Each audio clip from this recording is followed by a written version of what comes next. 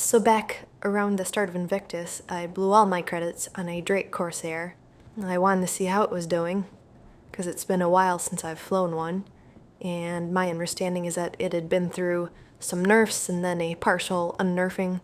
But then Invictus happened and the new ships came out, and I got distracted by all the shinies, and I kind of forgot that I had bought this. So it's time to give the devil his due. So these days, the Drake Corsair pilot has access to 4 size 4 guns and 2 size 5s. It used to be the reverse of that. You also have a slew of size 3 missiles, but I never use them because they're expensive and unreliable. Other standard equipment includes a pretty decent hairdryer. It does run a little hot, so you have to be careful, especially if you're like me and you dye your hair. Don't go too hard. You're gonna get dryness, you're gonna get breakage, and you're probably gonna lose some color too. So just be careful. Now, as far as utility goes, it has a pretty good cargo bay. You have 72 SCUs of on-grid storage, and plenty of room for a variety of vehicles, including an Ursa, which is great. Now, the last time that I flew this vehicle, cargo hauling was not a thing, so I do want to try it for that. But, look, let's be real here. No one, and I mean no one, gets a Corsair to haul their own cargo, okay? You know what I mean. Now, I'm going to do just a little tour. I'm not going to spend a ton of time on the interior. You've got a little engineering area for your imaginary engineer. It does have an airlock, which I appreciate. I like to have at least one point of egress that is not accessible from the ground, and that allows me to get out of the ship quickly without having to worry about, did I leave the ramp down or not? Moving on, we have our galley, or our mess hall. And if this looks familiar, it's because the designers at Drake took direct inspiration from the cafeterias at Klesher Prison. Drake wants you to feel at home. Now, famously, Drake ships do not come with a bathroom. They come with a shitter, and there's perhaps nothing more Drake than a shitter that opens up directly into the mess hall where your fellow inmates are eating. You can talk to them. You can make eye contact. Now, the comfort and luxury doesn't end there. This ship boasts separate captain and crew quarters, and each room comes with its own storage locker and a sheet of drywall to rest your weary bones.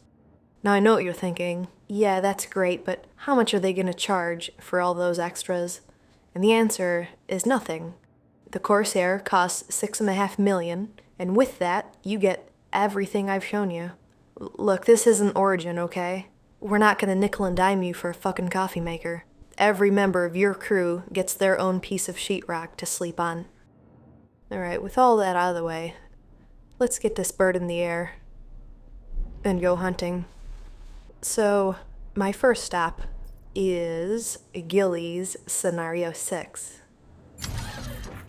You face off against a Constellation and a couple escort fighters.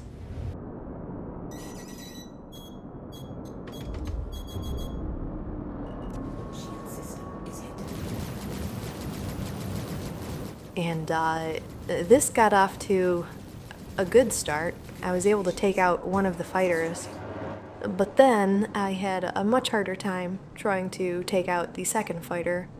And look, if you're in a Corsair and you're trying to get into a pitch rate battle with a Gladius, good luck with that. And that's exactly what I'm trying and failing to do. And meanwhile, the Constellation was doing real work on me, which I didn't realize because if you look at my leftmost MFD, the shot counter is hiding my rear shield. So I didn't realize that that was gone until my hull started taking damage. Continuing my fool's errand of trying to take out this fighter, it just left me exposed to the constellation, and the Connie took me out.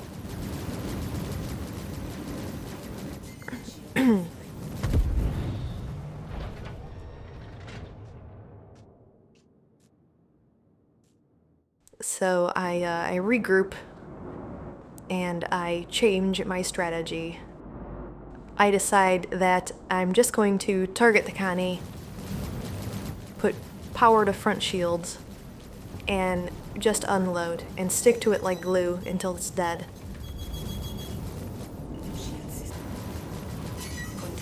And that actually worked. I was able to take out the Connie and then dispatch the two fighters at my leisure.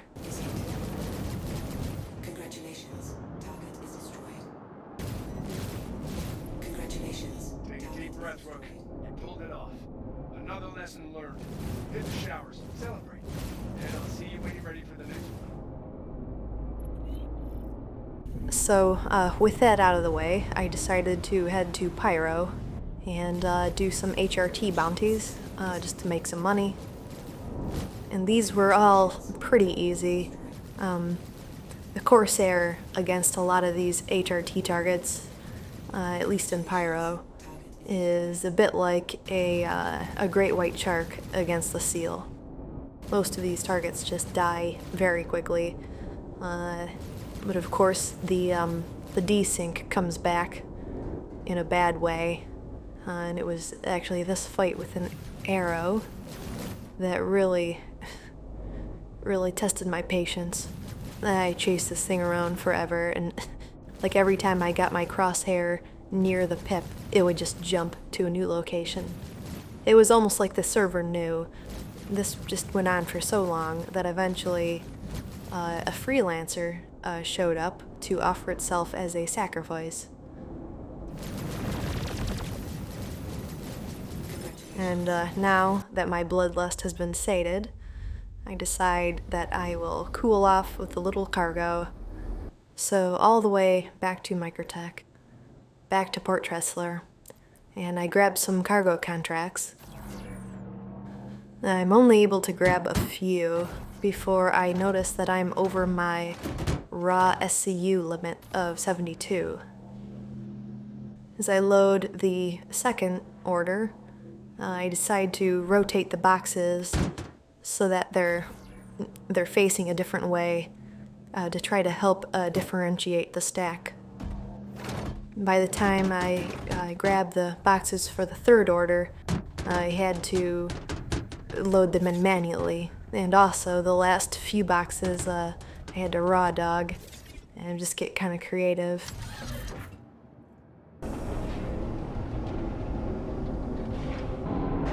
So off to our first stop, which is Gray Cat, and in the process of unloading and getting the order put into the elevator, I wind up, I think, having like an extra box, and after checking my contracts and comparing that with my spreadsheet, what I realized is that I had put in the wrong number for one of the orders. Unfortunately, I have dyscalculia, and so getting numbers mixed up and transposed is just kind of an everyday experience for me.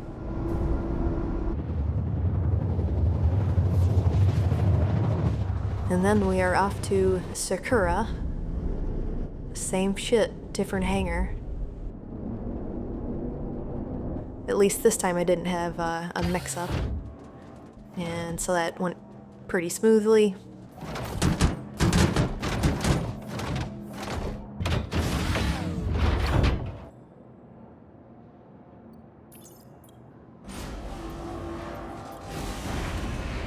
Pack up our shit and head to New Babbage. Home sweet home.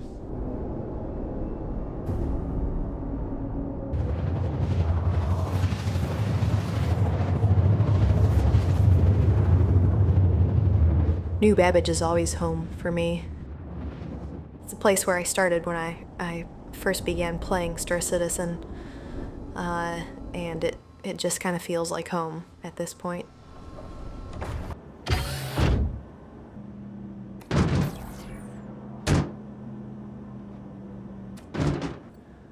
All green, all good, confirmed. The only thing left is to collect our credits and crack open a cold cruise. So yeah, parting thoughts, I guess. I think the Corsair is still really good. Obviously it lost a few teeth, but I think it still slaps. And, the fact that you can do cargo hauling in it, I think it's just kind of a bonus. This is really just a weapons platform. And a pretty damn good one at that.